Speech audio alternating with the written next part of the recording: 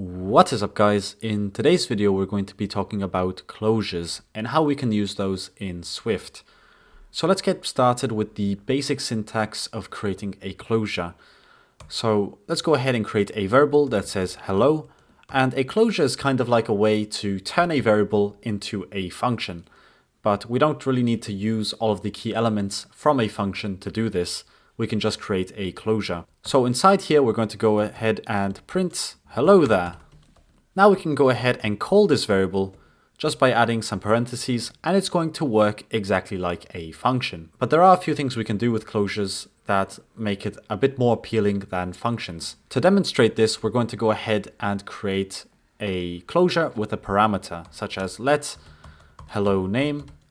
And that's going to equal first a closure, and inside here we're going to add a pair of parentheses, and we're going to add a parameter called name of type string. And then we have to add the keyword in.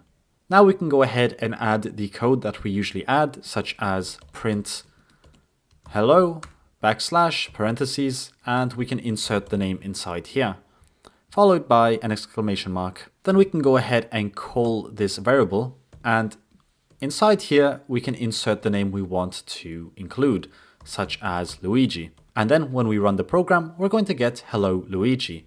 And a benefit of using this closure is that we do not need to type in name each time we provide an argument. We can just add Luigi just like that. So it's pretty nice, it's pretty fast, and it's pretty easy to use. Now I'm going to show you another example of using a closure to return a value.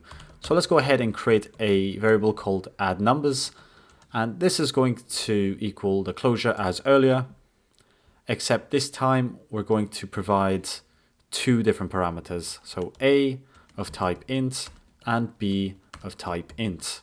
And that's going to return a string. Then we have to add the keyword in as always. And inside here, we're going to create a value. So let value equal the total is backslash parentheses A plus B. Something simple as that.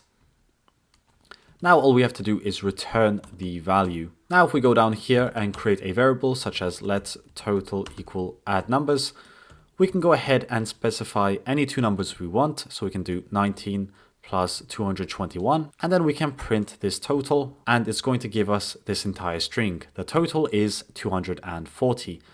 So once again, we created a sorter function without having to actually refer to the data types as we did in other functions. And it just makes the syntax a bit more clean depending on what you want to do. But it's definitely up to you to decide which one you want to use. But that's actually all I wanted to cover in today's video. And in tomorrow's video, we're going to be going over classes and objects in Swift.